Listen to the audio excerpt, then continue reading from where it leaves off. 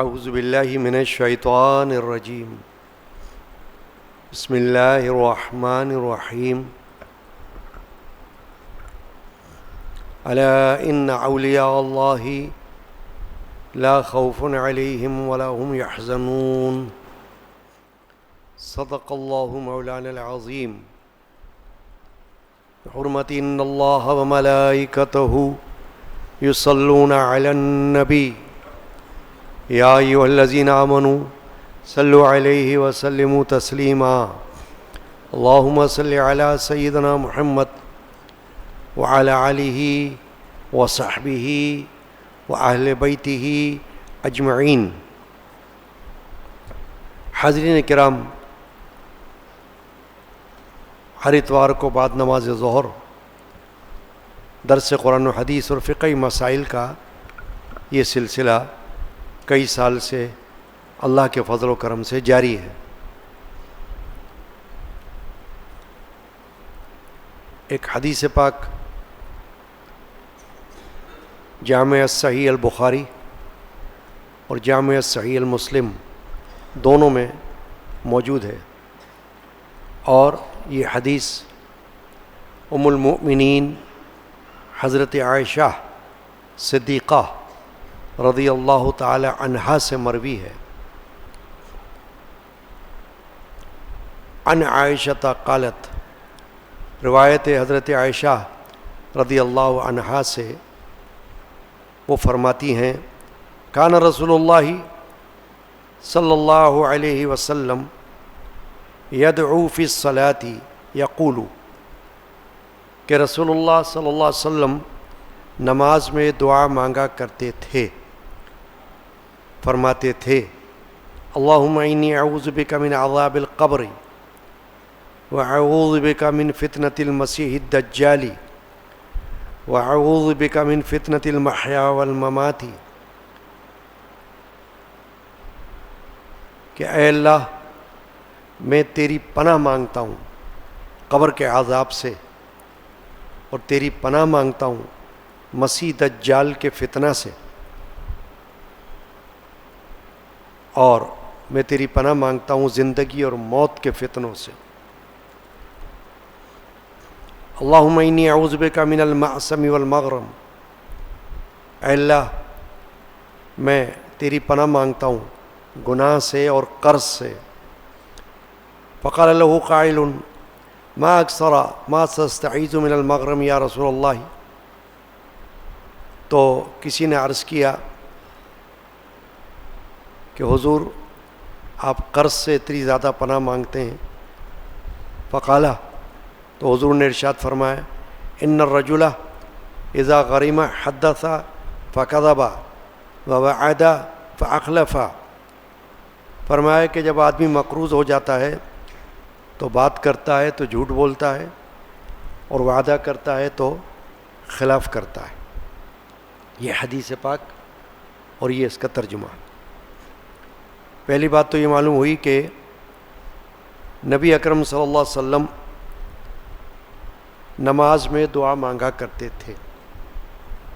اگر یہ دعا نماز میں مانگی جاتی ہوگی تو اس کا مطلب ہے کہ التحیات، جو آخری قعدہ کا التحیات پڑھا جاتا ہے، اس میں تشہد اور درود ابراہیمی کے بعد ایک دعا پڑھی جاتی ہے۔ وہ کوئی بھی دعا ہو سکتی ہے، وہ مستحب کہلاتی ہے، یعنی پڑھا تو اچھا ہے۔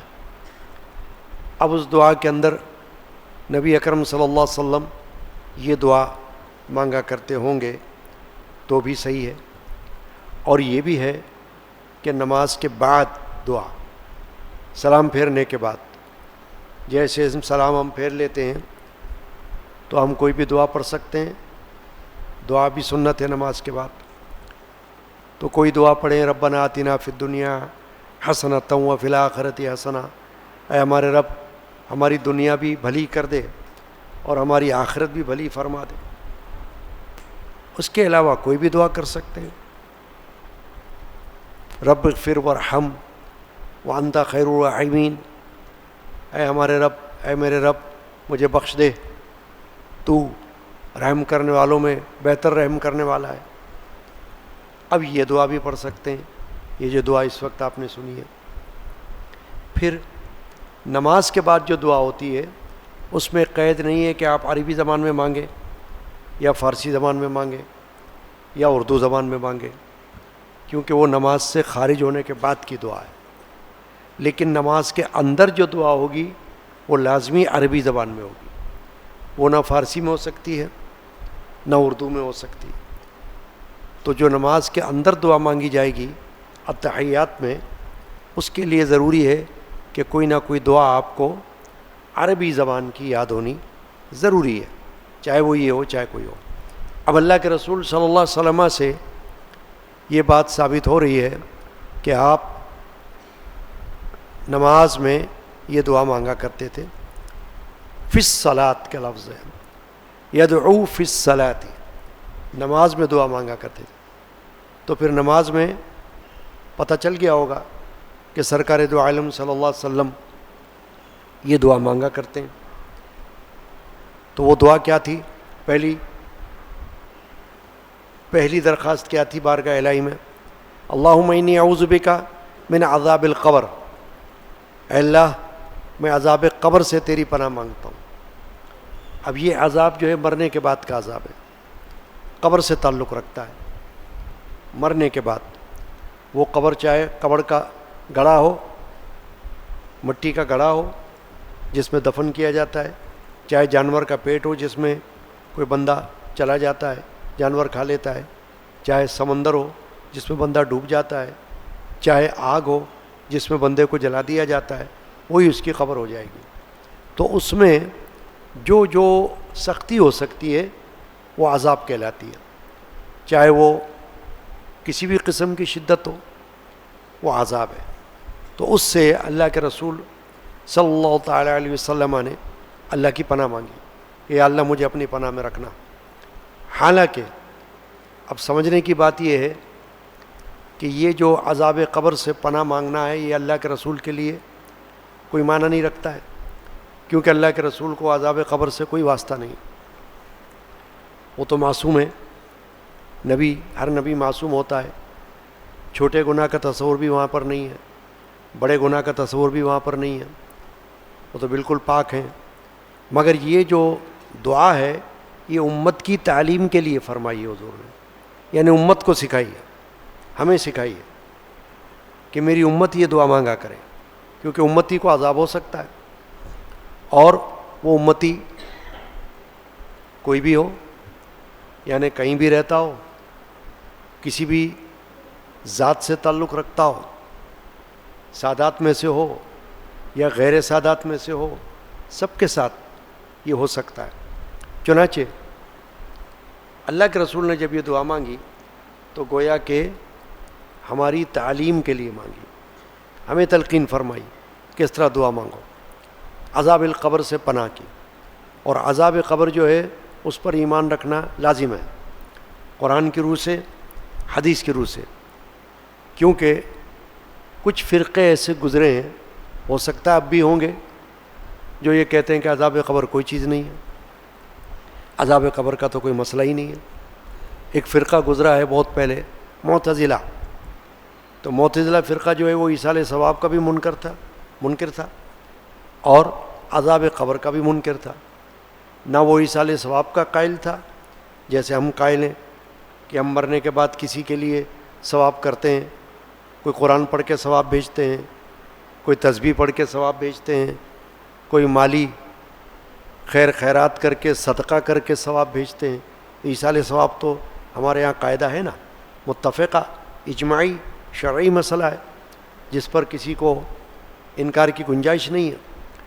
احادیث مبارکہ میں ایصال ثواب ثابت ہے، اللہ کے رسول سے ایصال ثواب ثابت ہے، قرآن سے ثابت ہے، حدیث سے ثابت ہے۔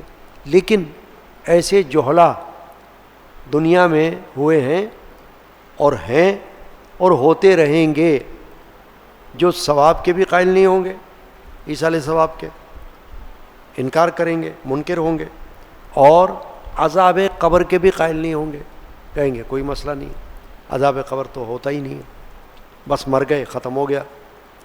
وہ تو مرنے کے بعد کی زندگی کے بھی قائل نہیں ہے کہ وہاں پر کیا ہوگا، کہتے بس مر گئے تو یہ جاہلانہ بات ہے.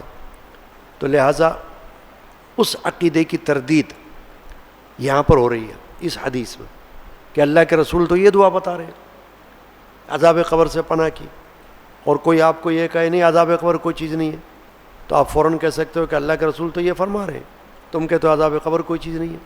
تمہاری بات مانیں اللہ کے رسول کی بات مانیں گے. رسول اللہ صلی اللہ علیہ وسلم تو نماز میں یہ دعا پڑھ رہے ہیں, ان سے تو حدیث میں دعا ثابت ہے, صحیح بخاری شریف میں موجود ہے, صحیح مسلم شریف میں موجود ہے, اور تم کہتے ہو ایصال ثواب بھی مت کرو, تم کہتے ہو کہ عذاب قبر بھی کوئی چیز نہیں ہے. دفع ہو جاؤ, تم نہ مانو ہم تو مانیں گے. لہذا عذاب قبر کے تو ثبوت بھی احادیث میں موجود ہیں. آپ نے سنا ہوگا, پہلے میں نے بھی واقعات بیان کیے ہیں احادیث کے مختلف دروس میں کہ رسول اللہ صلی اللہ علیہ وسلم نے راستہ چلتے ہوئے 2 قبروں کا مشاہدہ کیا. وہ دونوں مسلمان تھے, مسلمان کی قبریں تھیں. صحابہ بھی حضور کے ساتھ تھے اس وقت. حضور اکرم علیہ الصلوۃ والسلام نے جان لیا کہ ان دونوں کی قبروں میں سختی ہو رہی ہے, عذاب ہو رہا ہے. تو آپ نے صحابہ سے فرمایا کہ ان دونوں کو قبر میں عذاب ہو رہا ہے. تو صحابہ نے پوچھا یا رسول اللہ کس بات پہ عذاب ہو رہا ہے, کیا کیا تھا انہوں نے؟ تو حضور نے فرمایا ان میں سے ایک تو وہ تھا جو پیشاب کرتے وقت احتیاط نہیں کرتا تھا, یعنی چھینٹوں سے بچتا نہیں تھا. کپڑے خراب ہو رہے ہیں تو بھلے ہو رہے ہیں, جسم خراب ہو رہا ہے تو بھلے ہو رہا ہے, یا استنجا نہیں کر رہا ہے, یعنی کہ بس پیشاب کیا اٹھ گیا. تو ان میں سے ایک تو یہ ہے کہ وہ چیٹوں سے پیشاب سے بچتا نہیں تھا, تو قبر میں اس کو سختی ہو رہی ہے, فرشتے اس پر سختی کر رہے ہیں. اور دوسرا چغل خوری کیا کرتا تھا کہ کوئی بات اس کو کوئی بتائے امانت کے طور پر تو دوسرے کو لگا دیا کرتا تھا. یہ چغل خوری ہوتی ہے. یعنی آپ کو کوئی بات کہے کہ بھیا یہ مسئلہ ہے اور آپ نے سن لیا, اب بجائے اس کے کہ آپ اس کو امانت رکھیں آپ اس کو لاؤڈ اسپیکر لے کے اعلان کر دیں, 10 بندوں کو بتا دیں, یہ چغل خوری ہو جائے گی. یا کسی کی شکایت بلا وجہ جہاں پہ ضروری نہ ہو آپ کسی کی بات کسی کو بتا دیں, یہ چغل خوری ہوتی ہے. تو حضور نے فرمایا دوسرا بندہ چغل خوری بہت کرتا تھا, اس کو بھی عذاب ہو رہا ہے.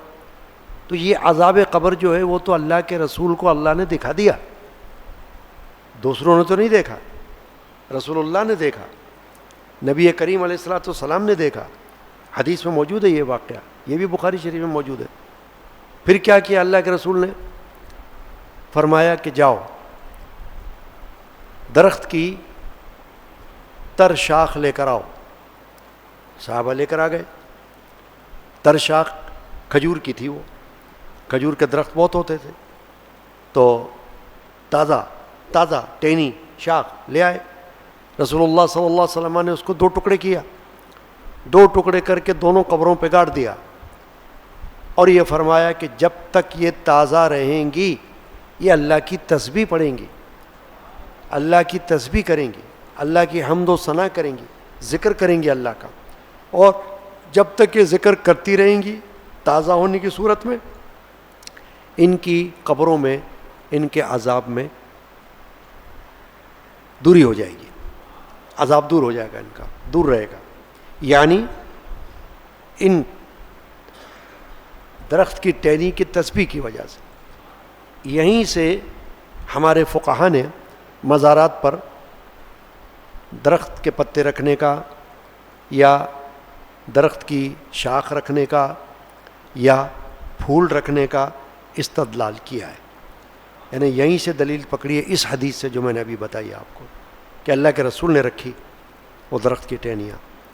تو اس سے معلوم ہوا کہ ہر چیز چونکہ اللہ کی تسبیح کرتی ہے تو حضور نے فرمایا یہ بھی تسبیح کرے گی, اور جب تک یہ تر رہے گی تسبیح کرے گی تو ان کا عذاب جو ہے وہ نرم ہو جائے گا, عذاب میں کمی ہو جائے گی یا عذاب دور ہو جائے گا, دونوں باتیں. تو یہ بات ہوئی پہلی بات کہ حضور نے عذاب قبر سے اللہ کی پناہ مانگی. دوسری پناہ کیا مانگی؟ اعوذ بک من فتنۃ المسیح الدجال, اے اللہ میں تیری پناہ مانگتا ہوں دجال کے فتنے سے. مسیحی دجال, دجال دجل سے بنا ہے، دجل، دجل کا معنی ہے فریب، دھوکہ. تو وہ جو دجال آئے گا نا قرب قیامت میں، آپ نے سنا ہوگا، وہ کافر ہوگا، اس کے پیشانی پر لکھا ہوگا کافر، اور وہ لوگوں کو دھوکہ دے گا. دھوکہ یہ دے گا کہ کوئی ایسی کرامات کے طور پر چیزوں کو دکھائے گا کہ لوگ اس کے دام میں آ جائیں گے، اس کے پھندے میں گرفتار ہو جائیں گے. ہوتا ہے نا جیسے کوئی کسی کو کوئی شوبدہ دکھا دے، یہ دیکھو ایسا ہو گیا ویسا ہو گیا، تو وہ چونکہ حکمت الہی کے تحت ہوگا تو بہت سے لوگ اس کو مان لیں گے اس وقت. اب وہ دجال جو ہے وہ گھومے گا سوائے حرمین شریفین کے، مکہ شریف مدینہ شریف کے، ہر جگہ جائے گا اور لوگوں کو بیوقوف بنائے گا، اور لوگ اس کے دام میں، اس کی چال میں گرفتار ہو جائیں گے بہت سے لوگ. تو مسیح دجال، اس کی ایک آنکھ نہیں ہوگی، اس کی وجہ سے بھی اس کو ممسوح کہا جاتا ہے، اسی سے مسیح کا لفظ ہے. اب اس کے فتنے سے اللہ کے رسول نے پناہ مانگی، اور وہ بھی امت کی تعلیم کے لیے. اللہ کے رسول کے لیے تو دجال کا کوئی فتنہ ہی نہیں ہے. دجال کیا چیز ہے رسول اللہ کے سامنے؟ دجال تو وہ ہے کہ جس کو حضرت عیسیٰ علیہ السلام قتل کریں گے، کیونکہ دجال کا زمانہ، عیسیٰ علیہ السلام کی آمد کا زمانہ اور امام مہدی کا زمانہ یہ ایک ہے، تینوں کا زمانہ ایک ہے.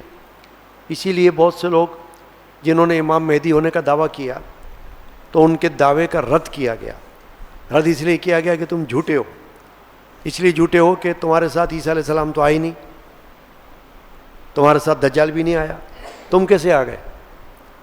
امام مہدی کے آنے کے لیے ضروری ہے کہ وہ دجال کا زمانہ ہوگا، ضروری ہے کہ وہ عیسیٰ علیہ السلام کا زمانہ ہوگا. عیسیٰ علیہ السلام کی اور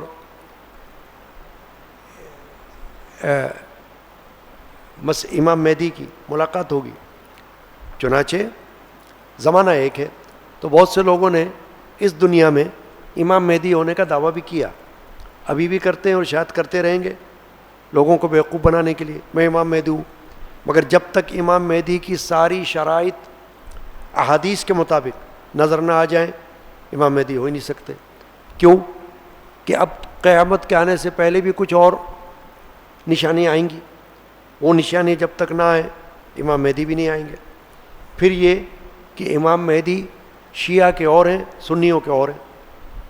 شیعہ کے نزدیک امام مہدی تو پیدا ہو چکے تھے، غائب ہیں. ہر شیعہ اس پر عقیدہ رکھتا ہے.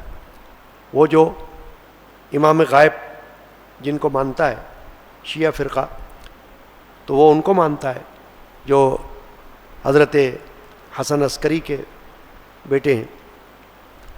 تو ان کو وہ کہتا ہے کہ امام مہدی تو آ چکے تھے، اب چھپے ہوئے ہیں، اب غائب ہیں. لیکن سنیوں کے یہاں عقیدہ یہ کہ امام مہدی آئے ہی نہیں ہیں، ابھی تو پیدا ہی نہیں ہوئے ہیں. وہ تو قرب قیامت میں جب اللہ چاہے گا جب آئیں گے، کعبۃ اللہ میں ان کو لوگ دیکھیں گے وہاں پر. چنانچہ بات سے بات آ رہی ہے تو ضمناً بیان کر رہا ہوں تاکہ تفصیل معلوم ہو جائے کہ دجال کا جب وقت آئے گا تو حضرت عیسیٰ علیہ السلام آئیں گے اور عیسیٰ علیہ السلام کے ہاتھوں اس کا قتل بھی ہوگا. لہٰذا رسول اللہ صلی اللہ علیہ وسلم کو تو دجال سے کوئی خطرہ ہی نہیں. یہ سارے خطرات تو امت کے لیے ہیں. اس لیے جب اللہ کے رسول نے اللہ سے پناہ مانگی دجال کے فتنے سے تو اس کا مطلب صریحاً یہ ہے کہ آپ نے امت کی تلقین اور تعلیم کے لیے یہ دعا مانگی ہے. تیسری دعا کیا مانگی؟ وَأَعُوذُ بِكَ مِن فِتْنَةِ الْمَحْيَا وَفِتْنَةِ الْمَمَاتِ. اے میرے اللہ، میں زندگی کے فتنوں اور موت کے فتنے سے بھی تیری پناہ مانگتا ہوں. اب زندگی کے فتنے جو ہیں وہ بہت سارے ہو سکتے ہیں. کفر بھی تو فتنہ ہے، گمراہی بھی فتنہ ہے، جہل بھی فتنہ ہے، جہالت یہ بھی فتنہ ہے، گناہ بھی فتنہ ہے، چاہے چھوٹا ہو چاہے بڑا ہو، چاہے کھلا ہو چاہے چھپا ہو. گمراہی یعنی متفقہ مسئلے کو نہ ماننا یہ گمراہی ہے، تو یہ بھی فتنہ ہے. اور کفر یہ بھی فتنہ ہے. شرک یہ بھی فتنہ ہے. تو یہ زندگی میں ہوتا ہے نا, مرنے کے بعد تھوڑی ہوگا. مرنے کے بعد تو اس پر سزا یا جزا ہوتی ہے, مرنے کے بعد عمل کا تعلق تو نہیں ہوتا ہے. لہٰذا زندگی کے فتنوں میں اس قسم کے فتنے, مثلا لڑائی جھگڑا, یہ بھی فتنہ ہے. معاشرے میں لڑائی جھگڑا, گھر میں لڑائی جھگڑا, آپس میں لڑائی جھگڑا, جس سے نحوست پیدا ہوتی ہے, برکت اٹھ جاتی ہے, یہ بھی فتنہ ہے. اس کے علاوہ اور بہت سے فتنے زندگی میں ہو سکتے ہیں. اور پھر موت کے فتنے, جس سے حضور پناہ مانگ رہے ہیں امت کی تعلیم کے لیے. تو موت کے فتنوں میں سے قبر کی سختی جو ابھی آپ نے سن لی, اس کے علاوہ میدان حشر کی سختی, وہ بھی موت کا فتنہ ہے. دوبارہ زندہ ہونے کے بعد تو وہاں بھی جو سختی ہو اس سے بھی پناہ مانگی گئی ہے. تو موت کے فتنے جو ہیں, اس میں مرنے کے بعد منکر نکیر کے سوالات کے جوابات کا فتنہ, یعنی کہ اس وقت مشکل, مومن تو جواب دے دے گا پکا ایمان والا, لیکن جو ڈھیلے ہوں گے ان کو مشکل پیش آ جائے گی, یا جو کافر ہوں گے ان کو مشکل پیش آئے گی. تو اس فتنے سے بھی اللہ کے رسول صلی اللہ علیہ وسلم نے اللہ کی پناہ مانگی ہے. پھر زندگی میں شیطانی وسوسے ہوتے ہیں, یہ بھی فتنے. مثلا بالکل صحیح بات ہو کوئی اور آپ کو وسوسہ ڈال دے شیطان, نہیں ایسا نہیں کرنا, دل کے اندر شیطان آپ کے داخل ہو جائے اور آپ کو وسوسہ ڈال دے, تو یہ بھی فتنہ ہے, یہ زندگی کا فتنہ ہے. اب کیا دعا مانگی اللہ کے رسول صلی اللہ علیہ وسلم نے؟ اللہم انی اعوذ بک من المعصم والمغرم, اے اللہ میں تیری پناہ مانگتا ہوں گناہ سے اور قرض سے. یہ دو بڑی اہم باتیں. گناہ میں چھوٹا گناہ بھی آ گیا, بڑا گناہ بھی آ گیا, جس کو ہم کہتے ہیں صغیرہ اور کبیرہ, اور کھلا گناہ بھی آ گیا اور چھپا ہوا گناہ بھی آ گیا. یعنی وہ گناہ جو سب کے سامنے کیا جائے, دھڑلے سے کیا جائے, بے دھڑک کیا جائے, وہ گناہ بھی آ گیا. اور چھپ کر کیا جائے کہ کوئی بندہ نہیں دیکھ رہا, وہ گناہ بھی آ گیا. تو چھوٹا گناہ, بڑا گناہ, اس سے اللہ کے رسول نے پناہ مانگنے کی تعلیم دے دی کہ دعا مانگا کرو کہ یا اللہ ہم کو اس سے بچا لینا. والمغرم, والمغرم کیا ہے؟ قرض. اب یہ قرض تو بہت مشہور چیز ہے, دنیا بھر میں لوگ لیتے رہتے ہیں, ملک ایک دوسرے سے قرض لیتے ہیں. ہمارا پاکستان قرض پہ چل رہا ہے, بتائیے آپ, جان ہی نہیں چھوٹ رہی. سارے عیش و آرام حکمران کر رہے ہیں اور پھر قرض بھی لیتے جاتے ہیں. یہ سب بےمانیاں ہیں نا, یعنی اپنے آپ کو سدھارتے نہیں ہیں اور قرض مانگتے رہتے ہیں. IMF سے قرض لے رہے ہیں, پھر وہ پابندیاں لگاتا رہتا ہے رعایا پر, یہ چیز کے دام بڑھاؤ, اس پر ٹیکس لگاؤ, ایسے کر لو ویسے کر لو, یعنی کہ دھمکیاں دیتا ہے وہ, اور ہمارے حکمران مان لیتے ہیں. لیکن اپنی عیاشیاں, اپنے آرام کو کم نہیں کرتے. یہ نہیں کرتے کہ بھئی اپنے محکموں میں اخراجات کو کم کر دیں, پابندیاں لگا دیں, محکموں میں بڑی بڑی گاڑیوں پر پابندیاں لگا دیں, یا کوئی ان کے جو مراعات ہیں جن کو ہم کہتے ہیں ان کی آسانیاں سرکاری حکام کی, ان پر کوئی تخفیف کر دیں, ان میں کوئی کمی کر دیں. یہ نہیں کر رہے, کھل کے شاہ خرچی کر رہے ہیں اور پھر قرض بھی مانگ رہے ہیں. تو اللہ کے رسول صلی اللہ علیہ وسلم نے یہ دعا مانگی کہ یا اللہ مجھے قرض سے بچانا, قرض سے پناہ مانگی. تو یہ بھی امت کی تعلیم کے لیے. اب قرض جو ہے فی نفسی ہی منع نہیں ہے, کیونکہ قرض کبھی ضروریات میں سے شامل ہو جاتا ہے. کوئی بندہ مجبور ہو جائے اپنی ضروریات کے لیے, یعنی وہ ضروریات جو بالکل جائز ہوں, ضروری اخراجات ہوں, اس کے لیے قرض لینا پڑ جائے, تو کیا ہے کہ جائز رکھا گیا. یہ نہیں کہ گناہ قرار دے دیا گیا قرض لینا, کہ قرض لیا تو گناہ ہو گیا، نہیں، یہ بھی نہیں کہ کوئی برائی ہو گئی، یہ بھی نہیں ہے۔ کیوں کہ رسول اللہ صلی اللہ علیہ وسلم نے خود بھی قرض لیا مختلف اوقات میں، اور مسلمان سے بھی قرض لیا اور یہودی سے بھی قرض لیا اللہ کے رسول نے۔ یہ حدیث پاک میں ثابت ہے، واقعات ہیں، موجود ہیں۔ اس وقت زیادہ وقت نہیں ہے کہ میں بیان کروں، مگر صرف سمجھنے کے لیے یہ بات کافی ہے کہ قرض جو ہے وہ بندہ لے سکتا ہے۔ اب لوگ قرض لیتے ہیں، آپس میں ایک دوسرے سے لیتے ہیں، لوگ بینکوں سے قرض لیتے ہیں۔ جب بینک سے قرض لیتے ہیں تو بینک ان سے پھر سود وصول کرتا ہے، ڈبل مصیبت۔ سود حرام ہے، گناہ ہے بہت بڑا، اور قرآن میں اور حدیث میں اس کی بہت سخت مذمت ہے، سخت وعید ہے، سخت سزا ہے سود پر، مگر ہمارے ملک میں تو چل رہا ہے۔ غیر مسلم ممالک کی بات ہم نہیں کر سکتے کیونکہ غیر مسلم کے سامنے سود کا کوئی مسئلہ ہی نہیں ہے۔ غیر مسلم کو کیا پرواہ سود کی، وہ تو سب کہہ رہے ہیں سب جائز ہے، حلال حرام، وہاں تو ذبیحہ بھی نہیں ہے۔ غیر مسلم ممالک میں تو ان کے لیے تو کوئی یہ مسئلہ بھی نہیں کہ جانور کو ذبح کر کے کھانا ہے، وہ تو ویسے ہی جھٹکے کرتے ہیں اور کھا لیتے ہیں بس۔ تو ہمیں ان کی تقلید تھوڑی کرنی ہے، ہمیں تو قرآن و حدیث کو ماننا ہے۔ ہمارے لیے سود منع ہے، ہمارے لیے ایسا قرض کہ جس پر ہم کو سود دینا پڑ جائے، یہ سود لینے والا دینے والا دونوں کے لیے جہنم کی وعید ہے۔ تو اب جب بندہ مجبور ہو جاتا ہے تو پھر وہ یہ بھی کر لیتا ہے۔ اس لیے دعا مانگی اللہ کے رسول نے، یا اللہ اس سے قرض سے بچا۔ تو ایسا قرض جو صرف قرض حسنہ ہو، قرض حسنہ اس کو کہتے ہیں کہ آپ نے ادا کر دیا تو اچھا ہے، نہیں ادا کیا تو مانگنے والے نے معاف کر دیا ہو، یہ قرض حسنہ ہے۔ لیکن وہ قرض جو آپ کو لوٹانا ہے اس کی تو آپ کو بہت زیادہ فکر ہونی چاہیے، کیونکہ وہ بھی گناہ ہے نہ لوٹانا۔ اب اللہ کے رسول نے جب یہ دعا مانگی کہ قرض سے میں تیری پناہ مانگتا ہوں، تو کیا ہوا؟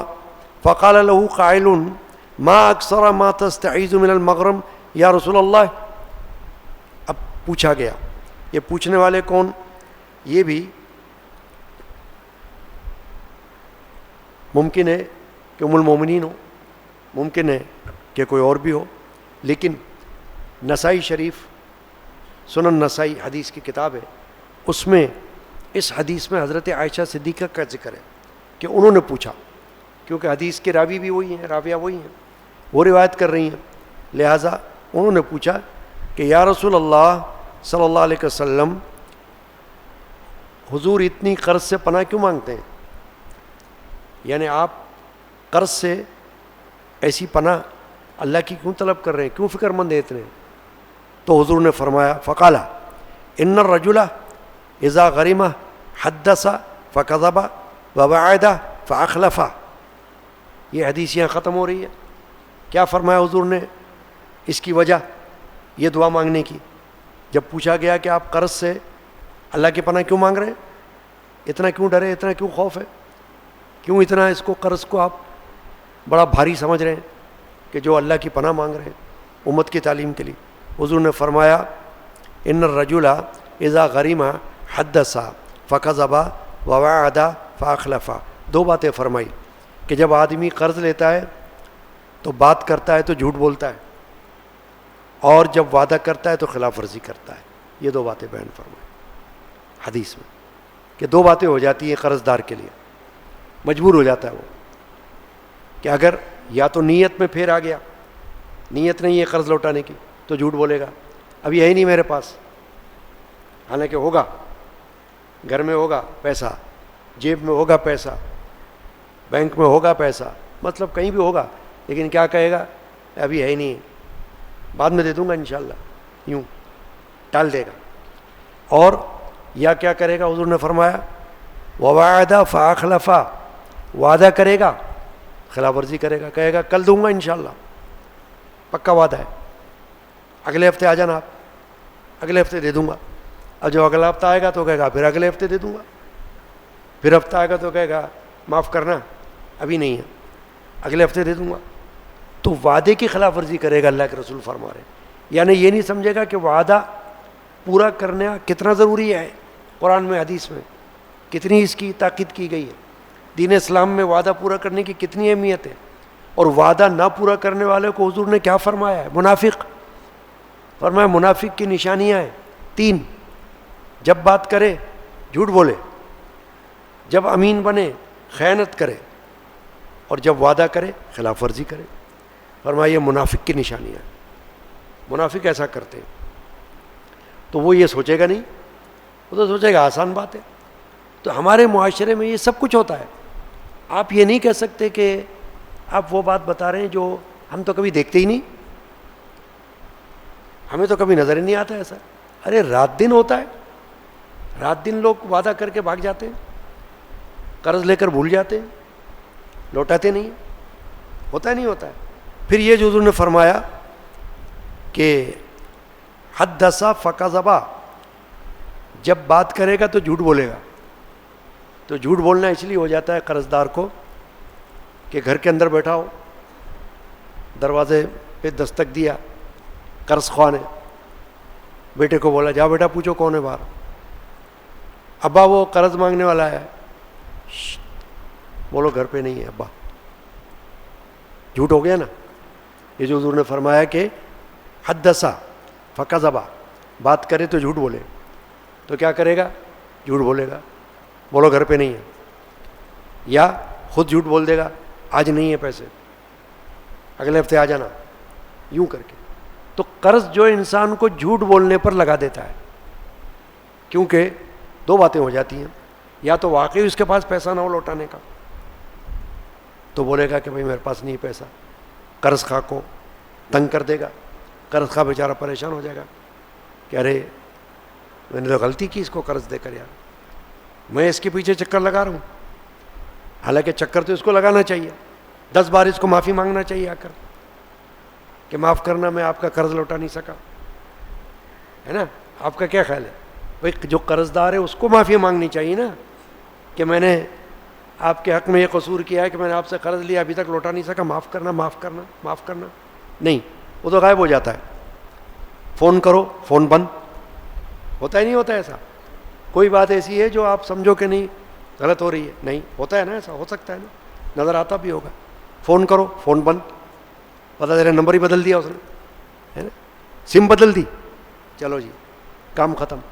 بہت ہوا تو گھر بدل دیا، ارے کل تو یہاں رہتا تھا، ہاں نہیں گھر چھوڑ کے چلا گیا، کیوں چلا گیا، نہ گھر پتہ ہو، نہ کوئی مانگنے آئے، نہ فون کھلا ہوا ہو، نہ کوئی فون کرے، بھاگو، یعنی کہ غائب ہو جاؤ۔ تو یہ تو سب ہوتا ہے۔